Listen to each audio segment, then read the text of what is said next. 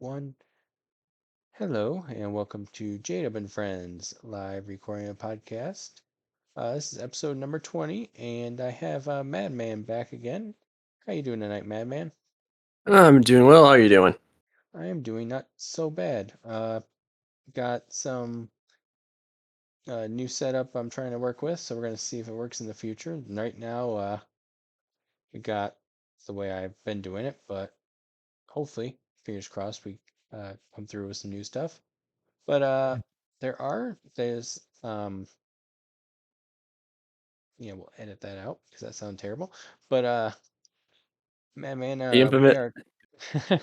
the infamous. Well, fuck it. We're doing it live. We're testing it out in the field. Yep, yep. So everybody will see if you watch this on YouTube, you won't see in this stuff. But yeah, me and this game that we're gonna be talking about tonight, I took this kind of from Build a Fajita. He does Game of Our Lives podcast with Battle and Madman here, and myself are big fans of the Bioshock series. He played it Mm.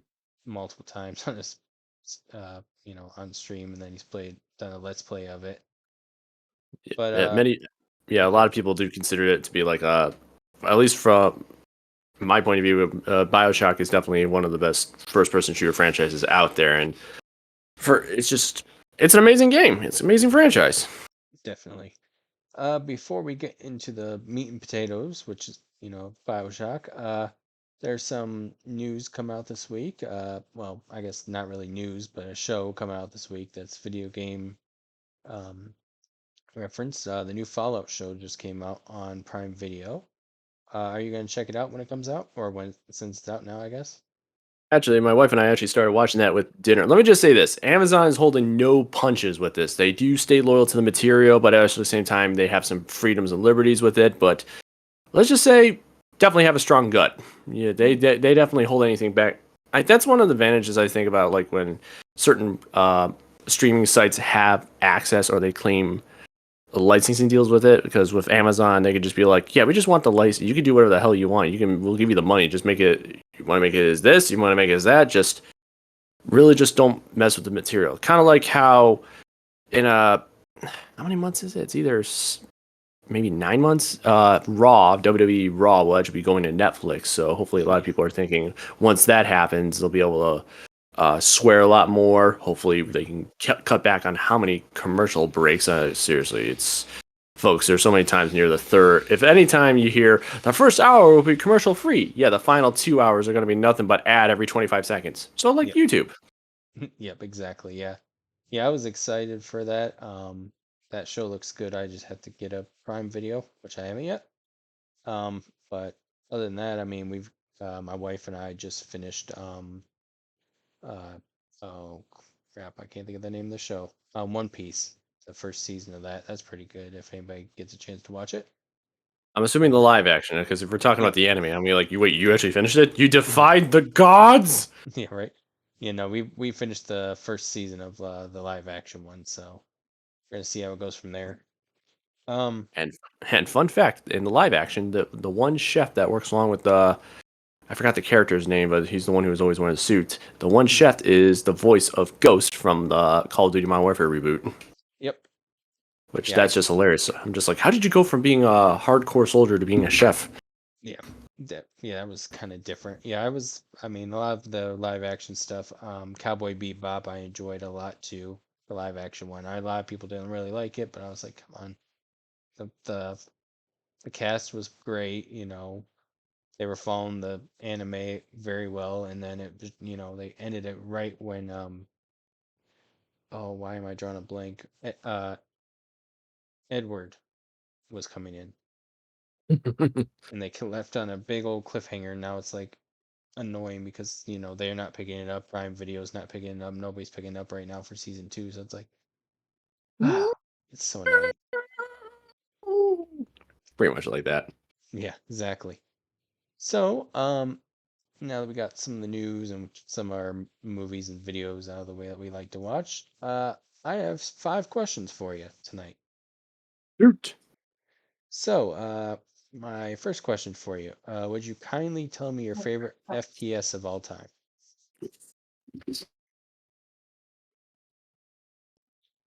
Infamous, would you kindly? Hmm.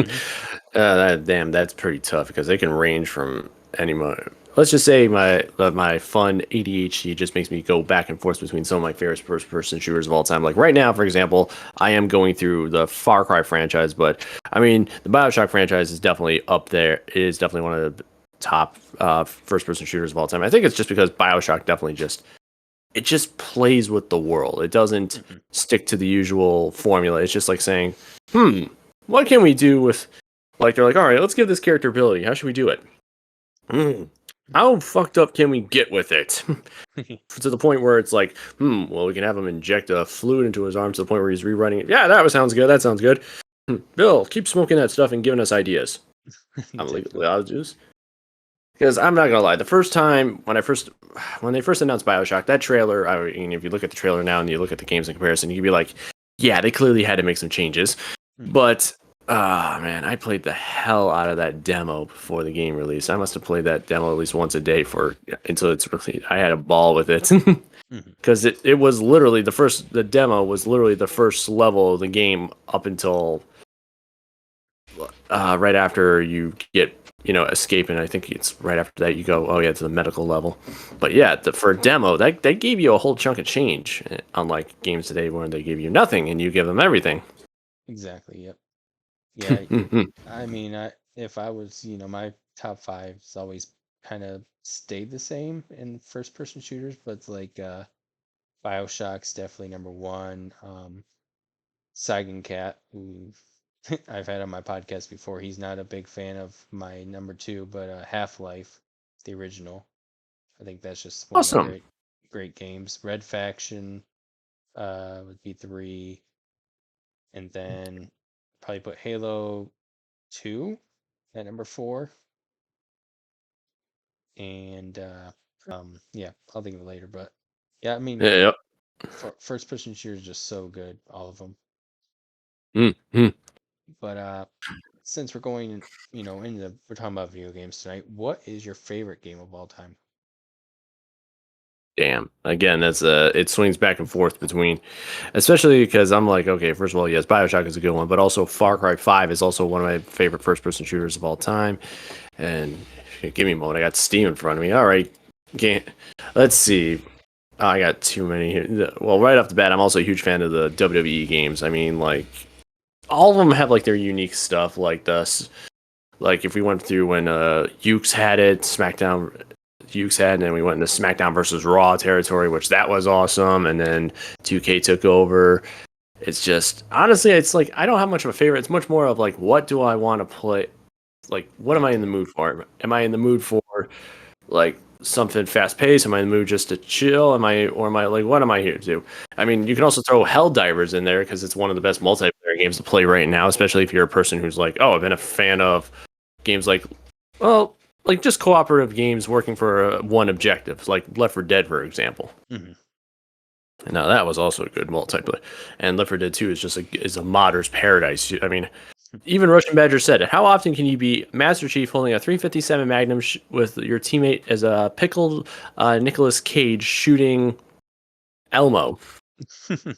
and not be like, no, sir, I am not on any narcotics this evening? Very, very true. Uh, Like, would you kindly tell me what you believe is the most overrated first-person shooter of all time? I don't know. That's pretty overrated because that I would say Call of Duty just because of the multiplayer and everything. But that's multiplayer is a different department altogether. So it's like kind of like yes, I can put it on there, but that's a cheap cop out. But at the same time, it's like the multiplayer is just what more because I've met people who are like, oh, I've never even touched the campaign, which I'm like, there's a you get your money's worth for that too, right? Mm. But overrated of all time, shit. Damn, that's tough. Yeah, that's kind of, my questions. I try to think of some stuff. I'm like, all right, what kind of questions kind of make people think about? So, doing my job.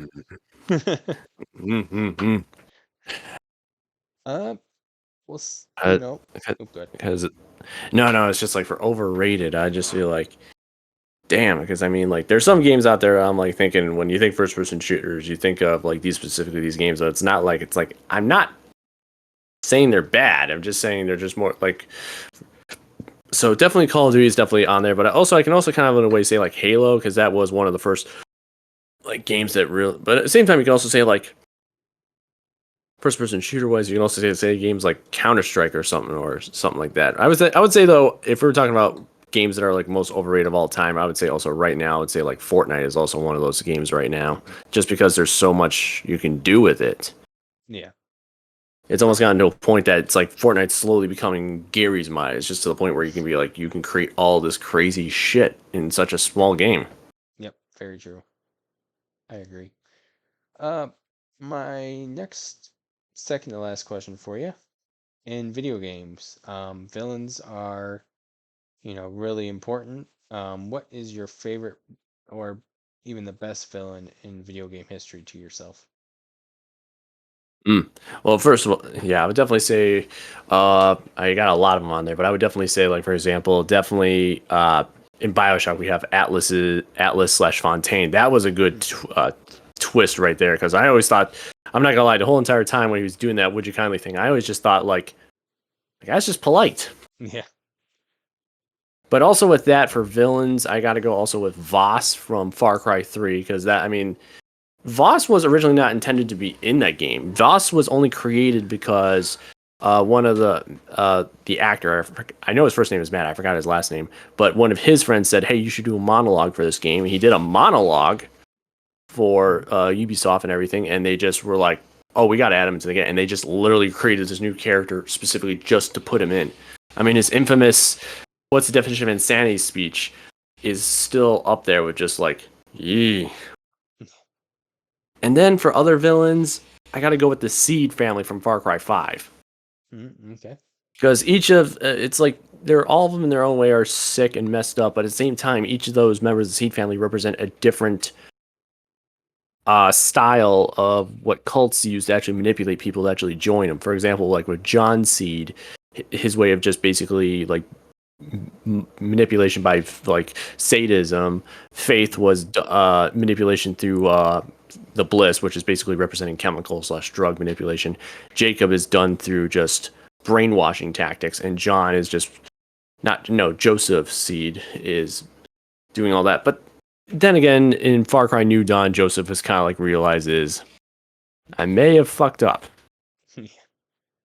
But I would say for Joseph Seed in Far Cry 5, he's definitely like doing the dark side of saying like I heard everything from God. I'm doing this to save everybody, and then everyone's just thinking, oh, he's a nut job. And then Far Cry New Dawn is like he's like I tried to save him. I think I did, but did I really save people? Yeah. And it's kind of like he's going through like the Darth Vader and Luke Skywalker from Return of the Jedi and into Last Jedi, where he's just kind of like, did I actually do something? Like Luke kind of went through the age of like, okay, I'm going to start this academy. I'm helping people. I'm doing it, and then he realizes along the way he kind of fucks up on something because he thinks something else is going to happen, and then just kind of like starts isolating himself and just. Hmm. Yep. And probably started some shit by bringing up Last Jedi. Yeah. I haven't played it yet, so I have to catch up.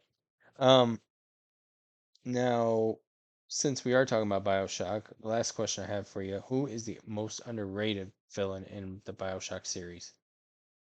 Underrated villain in Bioshock's series. I feel like with that, I could just point out a random like Mhm. splicer and just be like him, and be like, no. Yeah. Underrated villain. I think the best. I don't know. That's another kind of cheap cop out.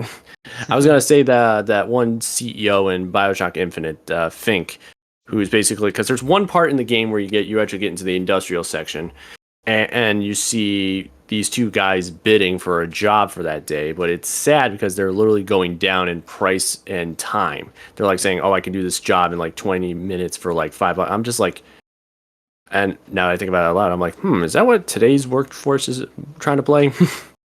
I'm just Basically. like, and I'm just kind of like, yeah, you might want to play a little further into the game where you see an uprising happen when there's suddenly just a giant, yeah. Mhm. Definitely. Yeah. Yeah. I would probably put him. Yeah, I don't know. I was trying to think of somebody else that's kind of, underrated, but can't really think of anybody. But yep, we are going to talk about the Bioshock series. Bioshock 1 and 2 took place in Rapture, and then Bioshock Infinite, or as some people say Bioshock 3, took place in Columbia. 1 and 2 were both underwater, and 3 was in the sky, which was different. I've heard rumors. I don't know if it's true yet or not. We'll find out that there may be a Bioshock 4 coming soon. So cross our fingers, see what happens. But And, mhm, and of course, there's also Atomic Heart, which many Bioshock fans were hoping it would be another Bioshock. But yeah, to give it a benefit, it is kind of like a love letter to Bioshock, but it just got a very very raw deal. yeah, yeah, I believe they're especially also. Oh, go ahead. especially and I was about to say especially since it was made by a Russian developer. So and this was around the time that unfortunately the Ukrainian Russian war started. So some people were just saying like, oh, the money's going to Russia, and just I'm like, guys, it's not like he had a choice. There's a good chance that Putin probably did that to all the companies. Mm, yeah, But I would say definitely Atomic Heart. If it's like $20, grab it. Honestly, you would. It definitely feels like a Russian Bioshock, especially from some of the crazy shit in your game. You're just like, am I in Rapture? No. yeah. I But know. They are making a System Shock remake too. So that was the pre, person. Wow, the game that basically created these games. mm, mm, mm. Yeah, System Shock. I mean, hence the term Bioshock. System Shock. System Shock is basically the ancestor that led to the creation. Yeah, thank you. I was trying to think of the word I was looking for and I couldn't think of it. I've Uh, been down that road myself. definitely. Now, BioShock 1, yeah, you're basically, I believe his name is Jack, if I remember right.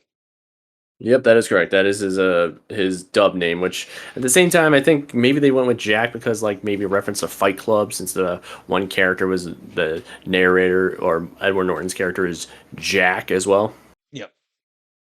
Yes.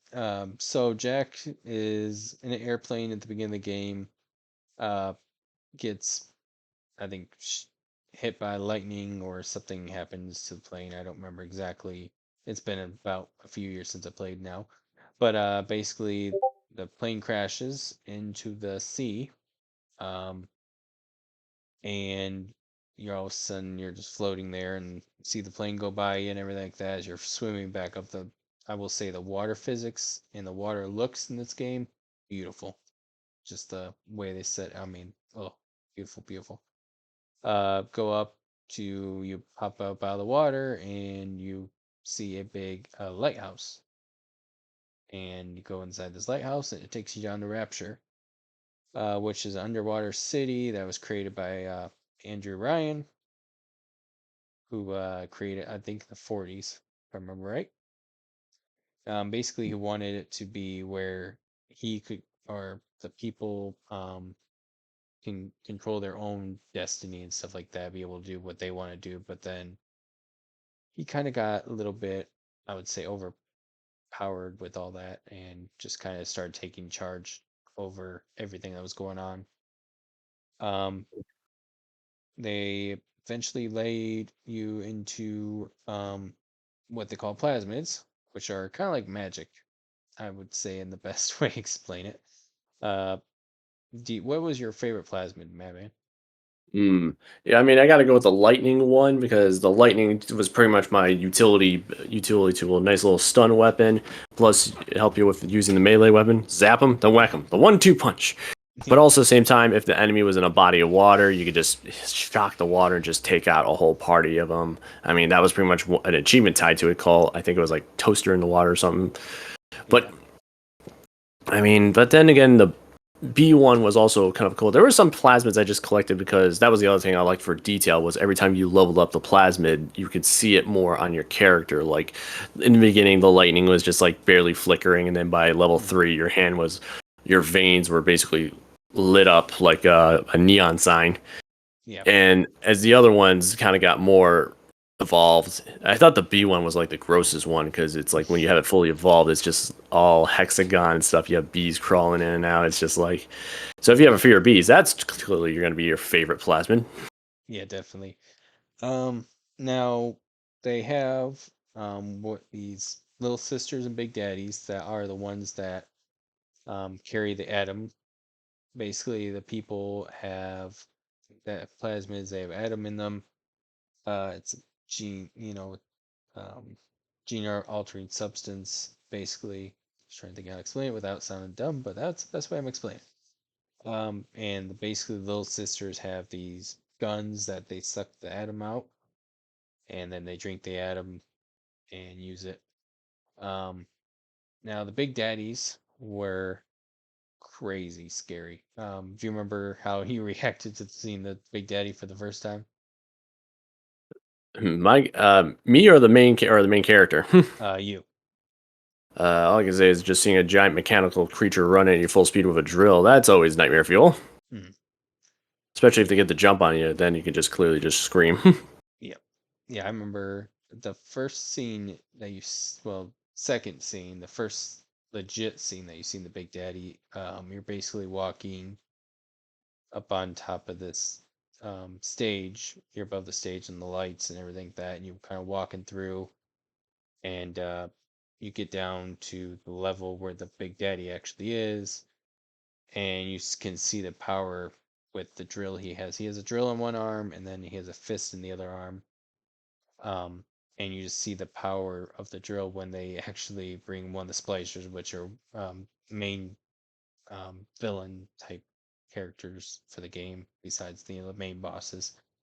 And you just see him basically take his drill and stab the guy right through the gut, and basically send him right through a glass window right next to your head, because you're kind of sneaking through, trying not to get seen, but it's kind of set up that way. Um, Other than that, I mean, there was all the bosses. There was the main guy, like I said, the main guy was Adam Ryan or Andrew Ryan. Why I say Adam? Andrew Ryan. He, came up with all these ideas. Bridget Tenenbaum was one of the people who kind of created the Little Sisters in a way. Su Chong was another one. Let's see what. I'm trying to think of everything. I'm trying to put it in words. Uh, there was a character named Atlas that originally appears. He kind of tried to start a violent revolution against Andrew Ryan, and basically you're just playing through the game trying to get to from back to above the water, out of Rapture. Uh, Now, what? No, they had. I mean, there was a few characters that stuck out in Bioshock. I would say Bioshock had the best group of characters. Would you agree? Oh, it definitely had its fair share of interesting characters. Yeah, I mean, besides Andrew Ryan, you had like I said, Atlas earlier. Um, my personal favorite, which I it was just kind of cool how they did it, but Sander Cohen. He's one of the first That bosses you artist. fight. Yes. Yeah, and he was insane. I love just the way he was basically what for Sander Cohen, you had to go through and take pictures of certain things and put it up there. He give you a new item or weapon or something like that at some points. And basically, eventually he would just kind of talk to you the whole time. Eventually you would get to see him, and you had your options. You could either kill him or let him, leave. Um, let's see, I'm trying to think. There was other stuff that happened with Cohen, but then let's see, Bridget. I think you eventually run into Bridget Tenenbaum, um, and she kind of starts explaining what's going on with the little sisters at one point. It's been a while. um, yeah, the medical pavilion. Oh yeah, that doctor, that insane guy. Yeah, he was nuts. Trying. Ugly, ugly, ugly. Yeah, That yeah, boss he's fight was a good build up too. I mean, when you first find him in the surgery operating room, and then he just flashes the lights on to each of the patients just enough like a crucified position. I'm just like, Well, this guy clearly needs to have his medical license revoked. Yeah, definitely. Yeah, there was he was the kind of like the first thing that made you go, "Oh, this game's gonna be nuts. Like it's gonna there's a lot going on. It's gonna be weird." Um, then you after that at that point you get your once after you fight him, you get your second plasmid, which is the you get fire right before him, and then I think you get the oh I can't think of what's the other one's called. You're able to throw stuff, and I can't think of what it's called. Telekinesis. Thank you. I was like, I know I can think of it, but I can't think of what it's called. The thing that's also creepy is after that boss fight, if you go to the body that's in the main center Mhm. that he was operating on, and you can actually hear the tape about him, like right when he snaps at that moment, and it's just like, oh, he was a sick puppy. Especially the part where he's just like, all right, I'll just finish this up, and we'll be done. And the nurse is like, great job, you did it as always. And then I know you just hear him go, hmm, that Yeah, that nose is not straight enough. I can do that real quick. Yeah, yes I can. I just and just like you're just hearing the nurse go like, doctor, doctor, yeah, and it just goes on to the point where like we need medical, and he's just like, I'm just like, yeah, we found the exact point where he lost his damn mind. yep. J.S. Steinman was the crazy doctor. Um, but there was, I mean, see, I'm trying to think of everything. I'm kind of looking at my notes. I kind of wrote some notes. Um, now what do you like? What are the big things that you recall in that game besides obviously Would You Kindly was a big one, but like what are some Just of your things that kind of stuck out to you in that game? You're like, wow, I remember this every time I play it. that is the reveal of Rapture. And that is just like when the biosphere like opens up and you see the window of Rapture every time. It's just always like that is such a view. The music, the enemy, and seeing the creatures around that you'll never see them again. By the way, the giant squid, the whale, yeah, you're never gonna see them again. Yep. Maybe occasionally a fish, but. Hmm. mm. And then of Yeah. course the artwork of Sandra Cohen, which is always a fun time. Yeah, there was, I mean, when I watched your Let's Play for the first time, you made it seem like you were playing it for the first time, which obviously at that point you kind of knew where everything was, and you had played it probably, what, 4 or 5 times at that point before you did Let's Play of it. Pretty much. Yeah.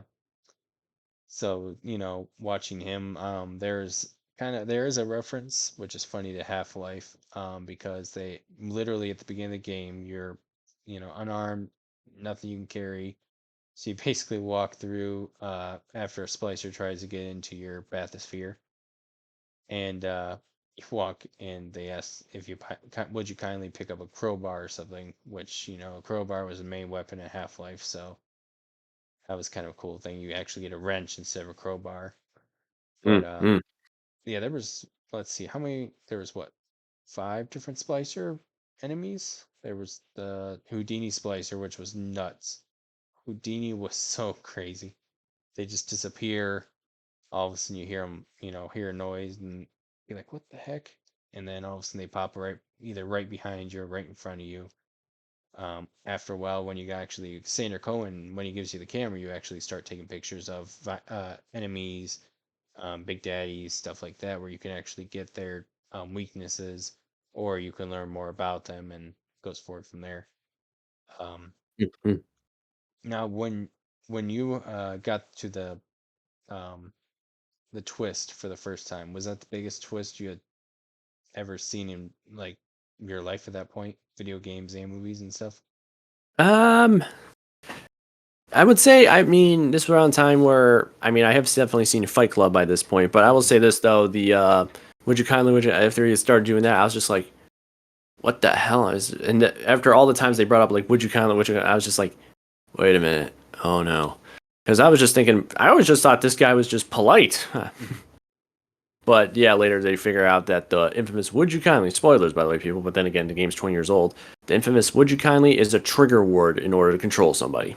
Yep.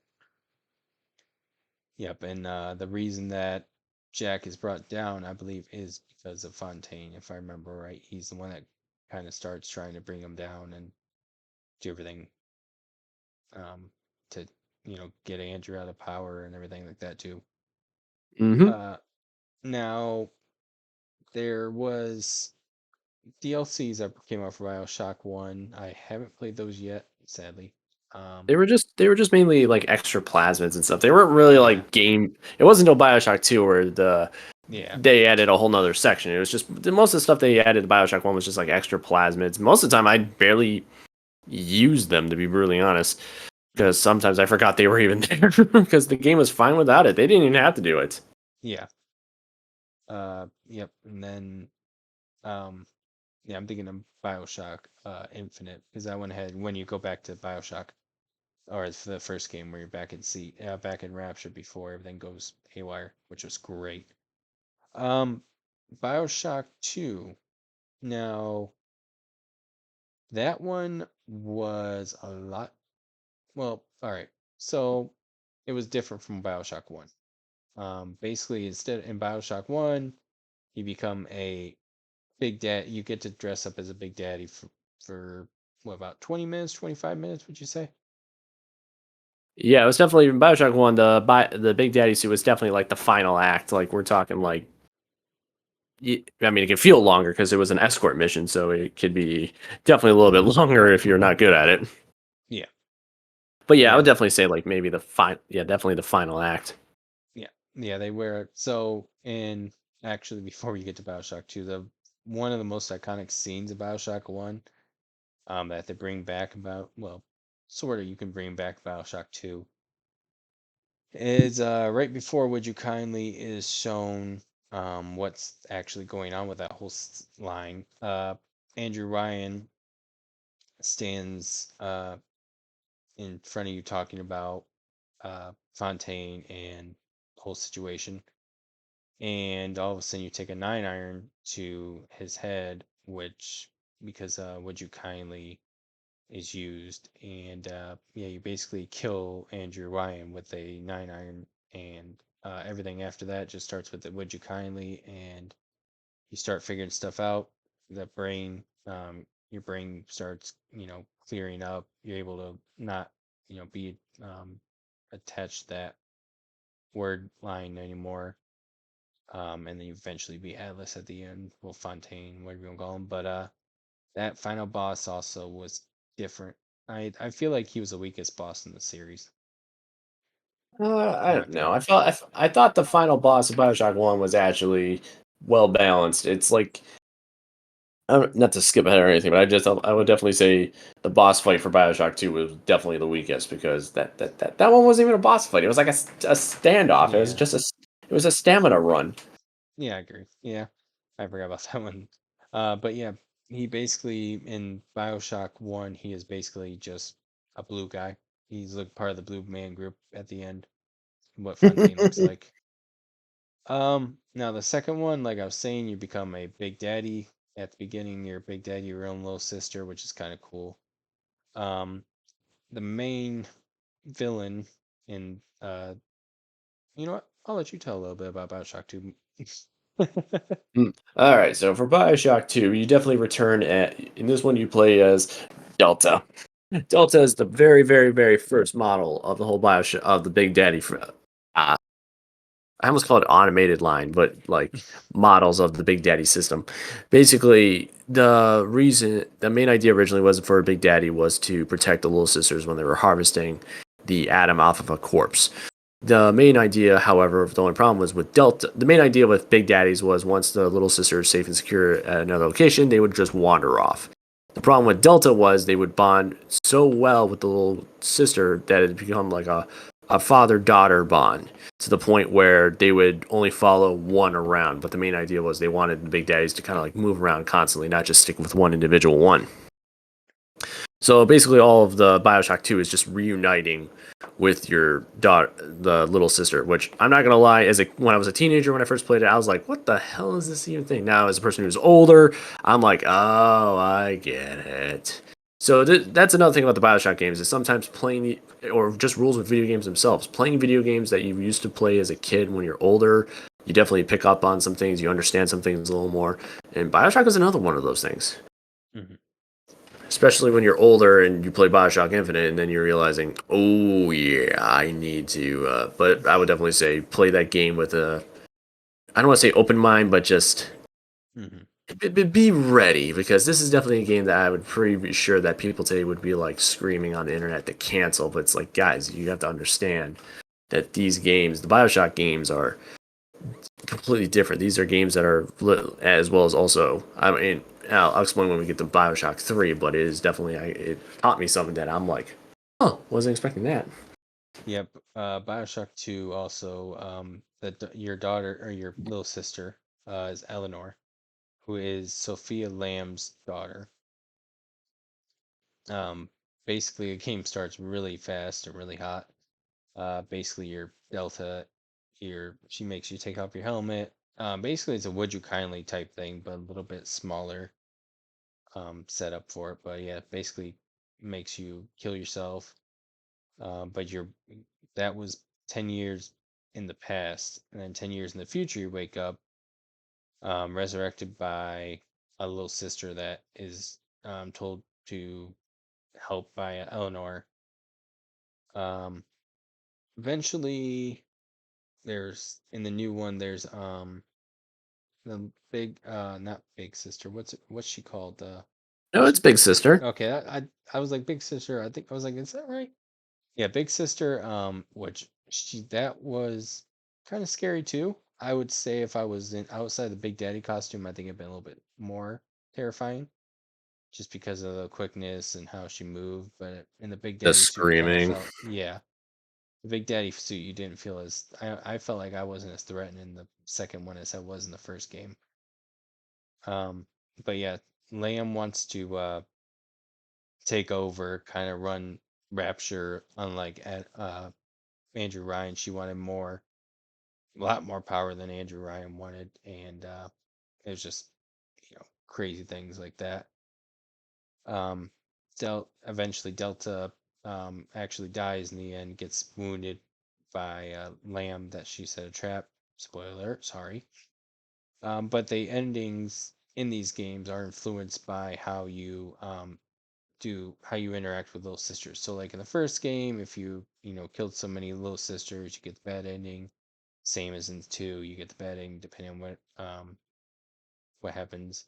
Eleanor also can save her mother or leave her to drown, depends on everything like that too. Um, Mm-hmm. Delta, yeah, obviously succumbs to his wounds at that point. He's been through a lot. Eleanor either absorbs Adam personality and memories and leaves her Rapture with the little sisters to better the world. Or she becomes, or she if you kill a lot of the little sisters, then she just basically becomes a new tyrant. She s- extracts all your Adam from you forcibly, and wants world domination at that point. So Total yeah, world domination. yeah, she was just kind of, it was dependent. So usually, like, you get the better option if you save all the little sisters. Kind of more of the storyline based. Um, excuse me. Um, Good ending, stuff like that.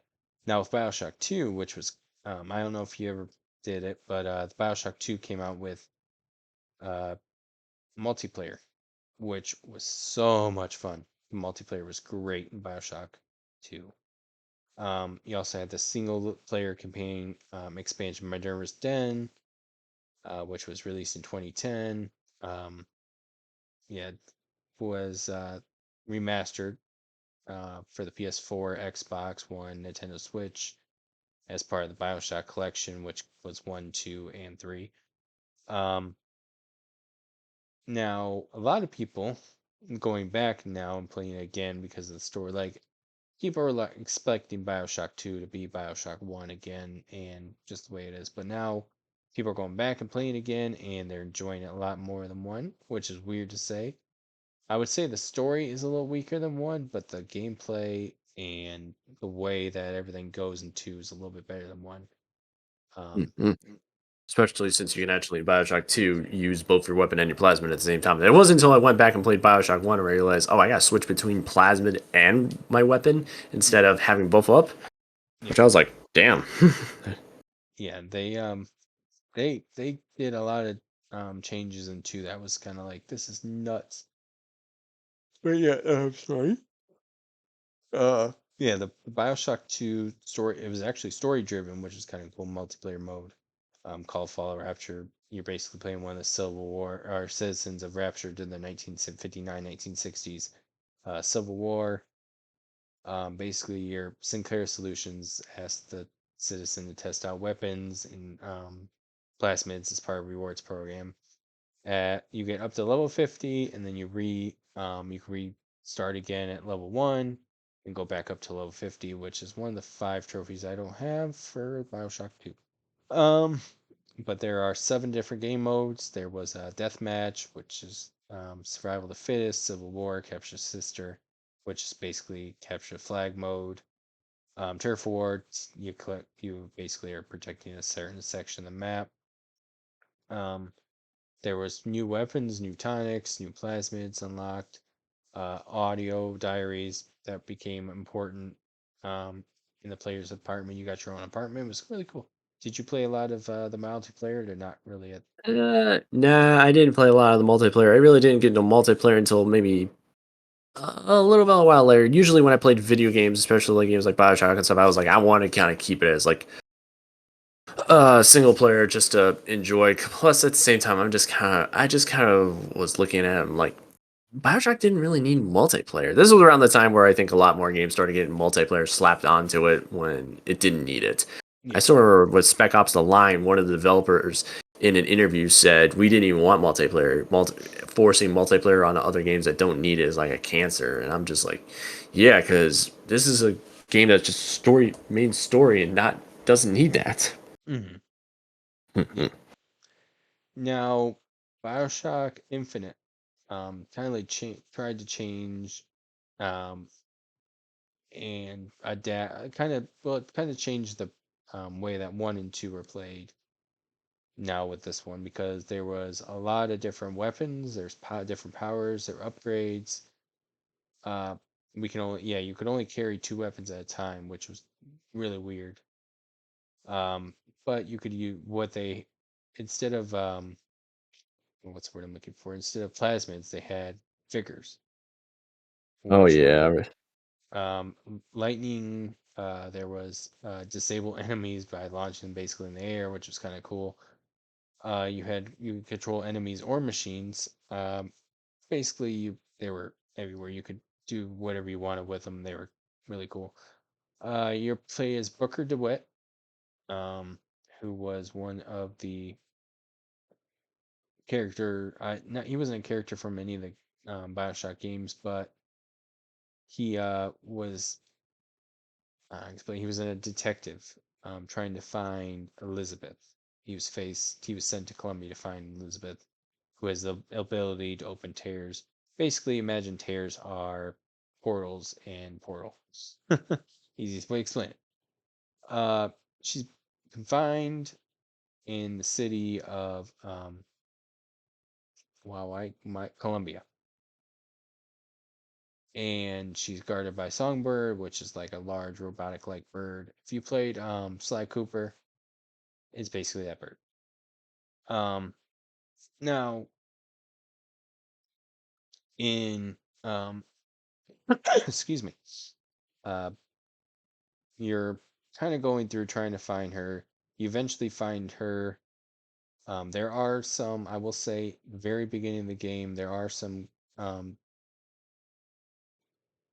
things that may not have aged as well, but you gotta think, Very sensitive yeah, things. You got to remember this game was they were sticking to the timeline around that area. hmm Let's just say it's let's just say we can't say it on here. God knows, Twitch yeah, would have a field day. yeah. Actually, matter of Basically, fact, I remember I streamed that on there. How the hell did I get away with that at that point? right? Yeah, basically, this takes place in the early 1900s, so way back in the day. Um, You can figure it out. yeah.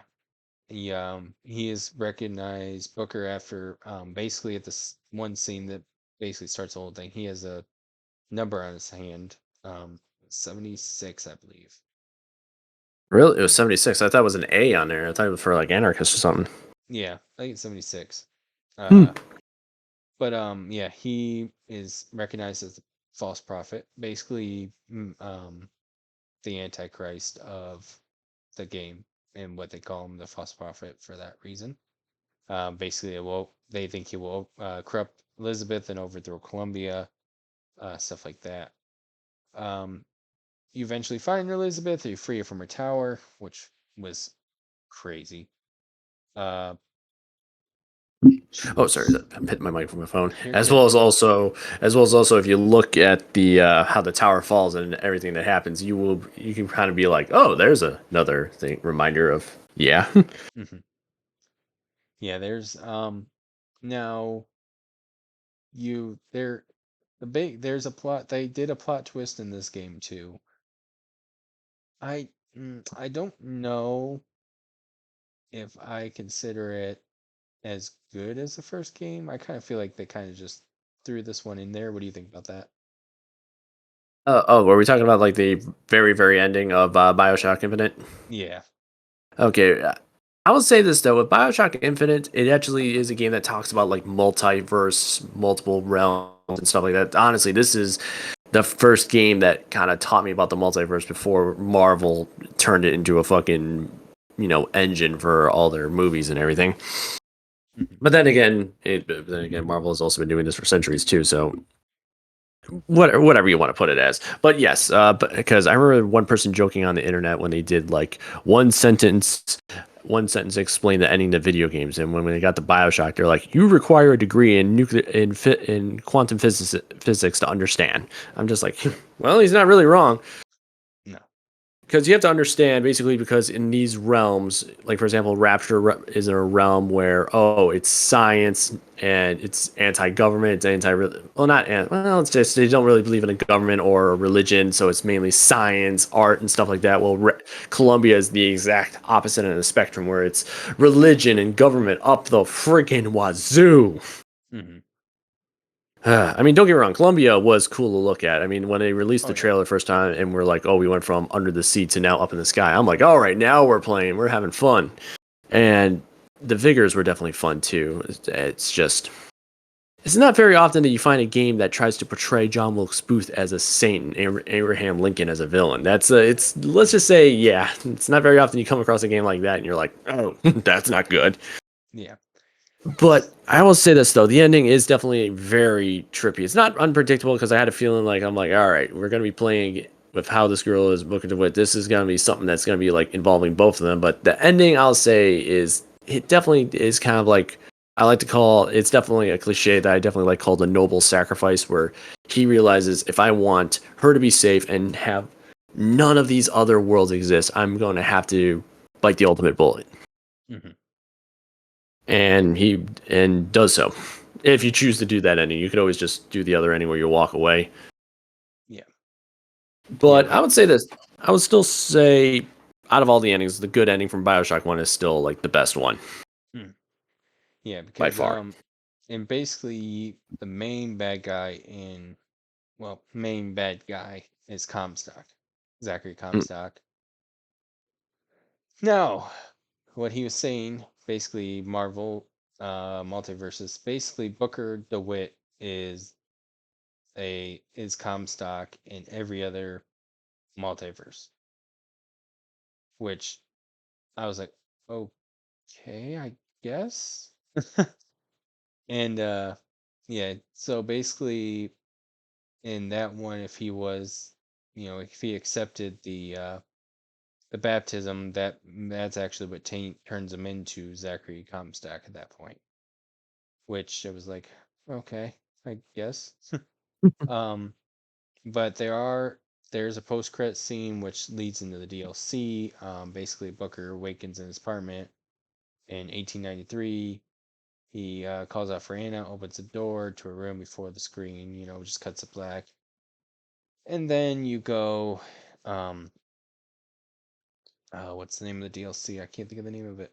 So basically in the DLC, you're back in Rapture before everything's happened, before everything goes to hell in a handbasket. I can't think of the name of the, but basically you're playing through as Booker and Elizabeth again.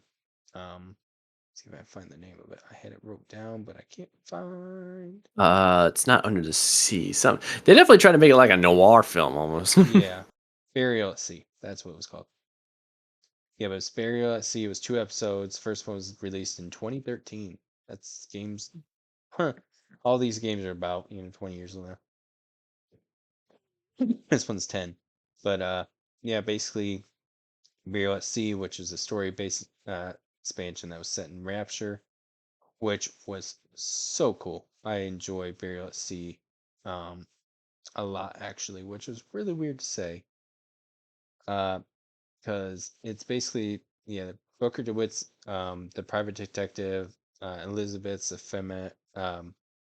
Basically, she employs Booker's services at that point. They don't know each other at that point. Um, they were going back to the second, or they go. Episode one is 1958. Episode two takes place, I think, a few years after. I don't remember. It's been a minute since I played it. I'm sorry. But yeah, Fontaine. Um, you meet Fontaine this one. I believe you meet. I don't remember if you run into I think you run into Ryan for a second. It's been, like I said, it's been so long since I played this. I'm trying to think of everything. But there's a lot of stuff that comes back. Booker gets flashbacks, which were kind of cool. Um, you find out that he once went by the name Zachary Hale Comstock, and that he was the founder of Columbia, the founder of Floating City. That's the main thing too. The city of Columbia floats, which is kind of cool. Um, Mm. he gets two scientists who are twins to help steal the infant Anna in the game in the DLC. Basically, DLC setting up for Bioshock, or for Infinite, I think, if I remember right. In this alternate universe. Uh, Anna grows up to be Elizabeth. And it was uh, one version, I believe she's accidentally killed. Uh, and then everything just kind of goes um, downhill from there with Comstock becoming Booker DeWitt at that point, and Comstock eventually gets killed by a Big Daddy. So spoiler alert from that. Um, yeah, then you actually meet Atlas in episode two, which was weird because you actually get to see what Atlas looks like, Frank Fontaine in disguise.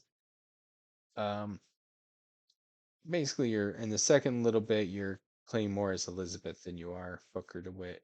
Um, but did you play the DLCs for Infinite? No, Infinite is kind of bit of an interesting story in my book because this is around the time where I started doing this is where it was practically coming to an end for me doing let's plays because this was around the time I was trying to like all right, I'm doing standard definition videos but I really want to give my fans full HD, and this is when I started playing around with different pieces of tech. This is where I started realizing, yeah, this stuff is getting more and more expensive. I still want to follow this path, but it's not really doing too well. And this is also right around the time YouTube did the infamous adoclypse, as well as many people started claiming YouTube was choosing favoritism and all that. I will say this though, I did do Bioshock Infinite as a live stream on Twitch though, because I was like, I really want to do this. I really want to play this game because my fans definitely wanted me to do. Hell, before Bioshock 2 came out, there was so many requests to do Bioshock 2. The only reason why I didn't do Bioshock 2 when it came out, because this was around the time I got paranoid about copyrights, because this is around a time where YouTube was bought out by Google, and Google started like laying really just copyright bans left and right. And I was like, I don't want to lose all this progress, and I don't want to do all that. So I was like, all right, guys, give me 90 days just so the game gets out, the reviews get out, and after that, then we can play the games, and then all that fun stuff. Yeah, I would say that personally, three, I've probably played Infinite um the least amount of times. Bioshock One, I usually well, except for now because my PS3 is not with me at the moment. But I think Bioshock One I play the most. Bioshock Two I play mostly multiplayer, and Infinite I haven't played as much as I would like to multiple times because there's certain things like even in Bioshock One. You can go back, and I didn't get all the recorders for the first time playing through, so I kind of go through and see how many I could find, and then at certain points I didn't find all of them. I go back and kind of look, use a guide just to kind of catch up on everything, see what story and everything like that. You get a full story inside the story from the past and everything like that, which is really cool. Mm. And I think they did that really well in all three games.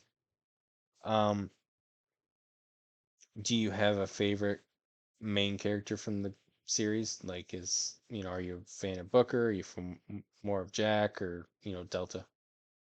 I gotta go with Jack, but then again, at the same time with Delta and Jack, that they could be depending on how you play them, as if they're your favorites. Because I can officially say this to this day, I've never harvested any little sisters whatsoever. I've always saved every single one of them. Because I'll admit, way back then I was like, all right, I did a playthrough where I saved all the little sisters, and I was like, all right, let's do it. Let's try a playthrough to see what it's like when I harvest them. And right when it gets to that moment, I'm like, I can't hurt them. Yeah, They're innocent. They didn't yeah, do anything wrong. They just got mixed up with, well, when you're in a city where laws are limited and you're basically, if you're a scientist, you're basically allowed to play God. But hmm, it's just, I'm like, no, I just can't hurt. I gotta save them. Hell, even my Let's Plays, I still look back at them. I'm just like, I make sure they get to the porthole safe, and I make sure they get in safe. And if the if Big Daddy shows up, I'm like, okay, come on, let's get you the portal. And then and then it basically turns into a fight like between me and Roman Reigns, which in probably in real life I probably would get smacked on my ass multiple times. yeah, definitely. Yeah, I definitely think that they could come out with a fourth Bioshock game. See if there's any updates on that information. Something about Antarctica, or they are planning. I think they're planning to make it like open world or something. But it's just Yeah, something crazy, which I'm like, hey, nothing wrong with that. But it's just yeah, I would see. I think what would be cool, and I don't know how they would do it, but I think what would be cool if they did it in space. the one place where capitalism hasn't gotten to yet. Yep, I think. Space. Yeah, I think it'd be kind of cool to do it. I mean, they've done it, underwater. They've done it, I mean, up in the sky. I get it, but I just think like there's so many things you could do in space at that point. Like um, you can go out in space in your suit and everything like that. You could have a bunch of stories. You could go anywhere you wanted to go at that point. Um, you could have other, you know, stations up there that you go into. It just, I feel like there's so many things they could do up in space, but I mean, if they always did, like you said, Antarctica, like polar climate, I think it'd be kind of cool. Right now, it looks like the information is very sparse about it. Bioshock, though, I'm not sure if you agree with me on this or not. But I think Bioshock would be a great TV series. I think they could do so much with it. I feel like a movie would be good too, but I think you have to do it as each game have its own movie. Yeah, you can't mash it together like they did with the Ghost in the Shell, the Yeah. live action film, which I was like, hey, I'm glad you used the source material, but you're not supposed to use all the source material in one Yeah. movie. I'll say this though, if for Bioshock, because there was a fan film that was made that was like, it was alright. I don't think I ever seen. I just remember seeing a trailer, but I don't know if it's the same thing or it's the same thing today. Mhm. I will say this though, if they did make a series, definitely a television series would be the best move to go with, and not to mention also the idea, especially with how Amazon has been, everything's been going with a Fallout series so far. If they did Bioshock with the same amount of energy in that, they would be able to go nuts. Yeah. I would definitely say though, because I've always hoped this for like a Bioshock game that they could do like a prequel to the whole thing where we could see Rapture when it was at its prime. Like maybe it will lead up to the riot at New Year's or something like where it will really begin the fall of Rapture. Mhm. But I would love to see Rapture at its prime when it was just everybody just lived normal, this, that, parties, this. I would love to see the energy and see all that. Mhm. Yeah, I think they could definitely do a prequel of what I would do. I would start it with Andrew Ryan. I would start with him as a kid, kind of explain why he, go to certain spots, why he wants to create Rapture and all that stuff, and how he creates Rapture, and then you could bring Jack in at that point, and kind of, explain that whole situation. Then obviously you'll have Andrew Ryan die at that point, but then you can kind of go forward with, you could have, even, I mean, even if you have to change the story a little bit, um, you could have like somebody else be Delta, like a little kid that, Jack runs into, or Andrew Ryan knows, or something like that, that becomes the big daddy known as Delta, and just kind of continue the story that way too. I mean, you know, it'd be the things they could do with Bioshock as a TV series would just be incredible. Even a movie, a single movie with the Bioshock movie would be great. But Mm, mm, mm. see what happens. Yeah, Any film producers or directors listening? Now's your time. yeah. I mean, Bioshock definitely would do very well, either one movie or TV show, in my opinion. There's so much lore and stuff like that you could um pick up from. Um, Now, I am adding something new this week. Now that we've gone through Bioshock, I will say play Bioshock. I would say the first game's 5 out of 5 for me. The second game's probably 4.5 out of 5, and I probably give Infinite probably a 4.25 out of 5. How would you rank the Bioshock games? Well, I would kind of go with something like that, like 10 out of 10 for Bioshock 1, because it laid down the groundwork and it nailed it on the fucking head. Bioshock 2 would definitely, as a teenager, I would have given it like a 6 or a 7 out of 10. As an adult, like 8 or 9 out of 10, Hmm. because I understand now as kind of like an adult, like, all right, with the bond that they have there. So I'm like, all right, I understand this a little more. I will say this though, I just didn't like the end boss fight. The end boss fight was literally just like you were just fighting off waves of enemies. It was like if you played Call of Duty Zombies, then you'll be fine. Yeah, Especially yeah, if you have upgraded weapons and upgraded plasmas, then yeah. It's like if you had all this upgraded stuff in Bioshock 1 with the fight with Atlas, it's like it still put up a challenge. But with the Bioshock 2, it's like, oh yeah, you can fucking do this. I hmm, will say for Infinite, I would say again, give it a like maybe a 7 or 8. It's hmm, not bad. It has a lot of cool stuff. I didn't touch any DLC, so I really can't give a good speak for that because, like I said, this. But I think if I replayed it, I think maybe I'll give it a better shot because, like I said, I don't have a lot of experience with it. I'm just going off like a lot of previous memories of playing it. And I will say this though, it is a game that definitely it is not for the sense. I don't want to make it sound like not for the sense of. Let's just say there's some stuff in there that if you saw it, you'd be like, oh, that's not good yeah, as well as also but also I'm also kind of like the same time where I'm like I wish there was like times where you could just like mess with the system a little more in the game, like with like some of the stuff that you see, just to be like flat out just be like, you know what, this is from the future to the past, like it's a little heads up from a different verse, be like, yeah buddy, just no. yeah, yeah. Now I would say that's definitely a game that people should check out. All three of them, even check out the DLCs for Bioshock 2 and Infinite, because the DLCs are great. Um, Now with the what I've added on, because I have been watching, like I said, Bill the Fajita doing his podcast. He has a little section at the end called "What are you playing?" So what are you playing this week? We were talking about Far Cry earlier. I know that. You play anything else besides the Far Cry series, or are you kind of stuck or Well, trapped in those right well, now? Well, I don't want to say trap right now. It's just well because Far Cry New Dawn originally Far Cry New Dawn was supposed to be a DLC for Far Cry 5, but then Mhm. later they released it as a whole separate other game. So I'm pretty sure I could probably finish this game up pretty fast because it's not like a full game, especially since they only charge $40 for this too.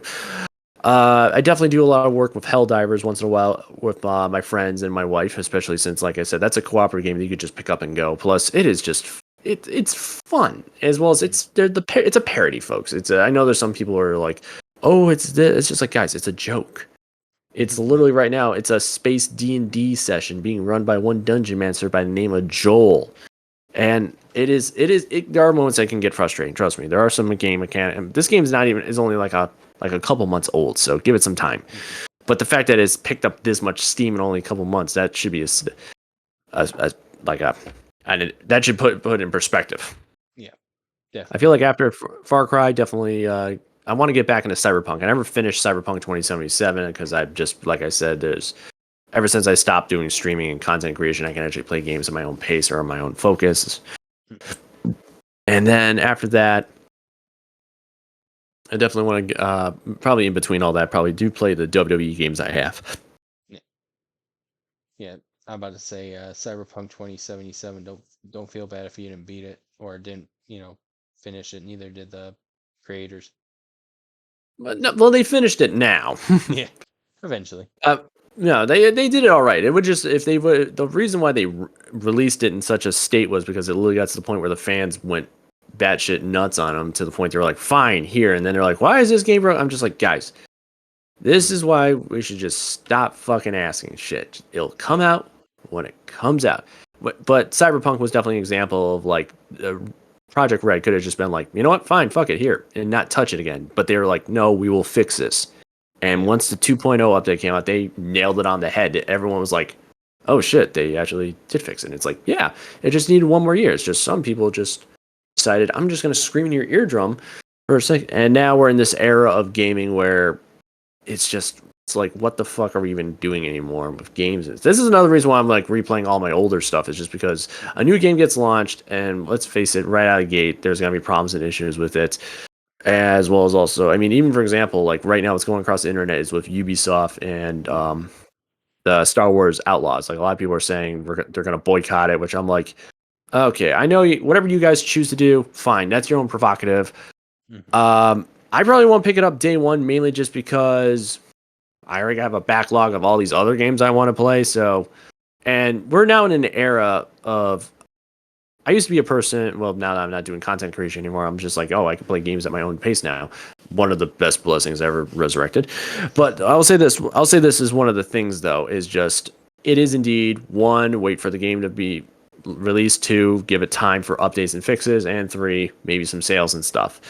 mhm, But I will say this though. One of the things I was always paranoid growing up with games and stuff is because you pre-ordered games because this isn't like today where we have the option of digital. I grew up in the era of everything was strictly physical. So if you didn't grab a copy, you would have to wait like I don't know 2, 3, 4 weeks, maybe more depending on the place you go to.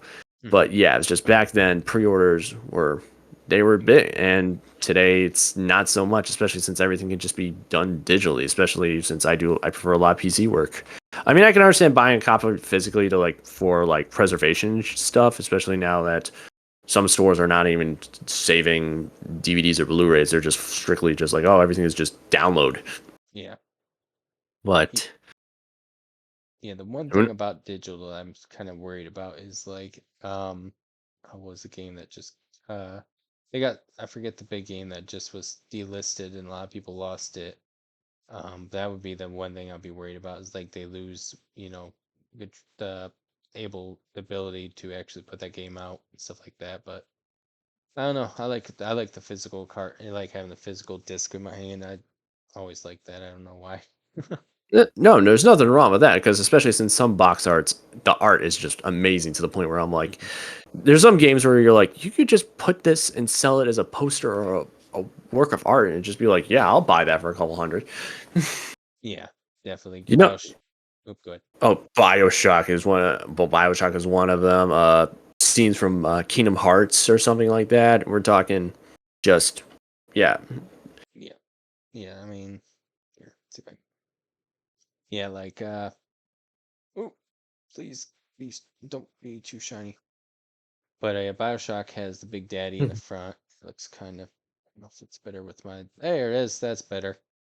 The But infamous yeah, Big Daddy, it just the looks. driller.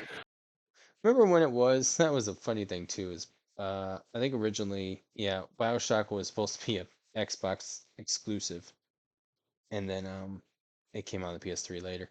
But yeah, I mean, though that's a great. I like having that case. Bioshock 2 has, Delta and Little Sister on top.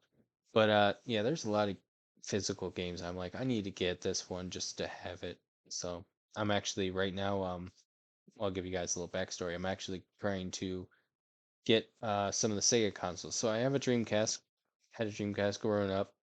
Um, Now I'm going back because I missed all the Sega consoles, so I'm going to try and find a Saturn now, a Genesis, a Master System, and the Game Gear, and kind of update my system or my consoles at that point too. So Here's hoping. So yeah, I'm kind of a physical guy. Sorry,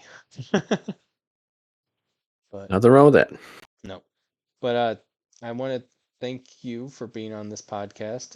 It's always fun to do these. I like trying to do these podcasts. I've been trying to update a lot of things. I have a new logo. I don't know if you saw it by chance on. I'll show you. I'll send it to you after the podcast is done. Well, I But mean, no, I see. The soccer F, the flaming soccer ball, or yep. the emblem on Discord, which is that doesn't look like it's out of Rapture.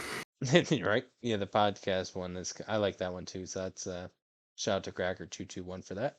But yeah, uh, I'm trying to change a lot of things, so we're gonna see how everything goes in the future with the podcast, and then let's play in the future. So, but thank you, Madman, for being here. I'll definitely have to have you on again. Probably, I don't know. Let's see. I'm trying to think of what the next big wrestling, because I want to do a live reaction to the next, big wrestling thing is. But I see think what that's that going to is. be back. I'm going to put my money down and say that's Backlash because That's one, it takes place in Paris, France, which is also home to the Olympic Games. So Paris definitely got a nice double deal. yeah, And I will say this though, at least we only have to wait till 1 p.m. in the afternoon to see it, yeah, yeah, compared to say with Elimination Chamber, which was 5 in the freaking morning. yep, yeah. It was a lot later than it was expected. But yeah, but thank you again for popping in. Hopefully, we can do another one of these pretty soon in the future.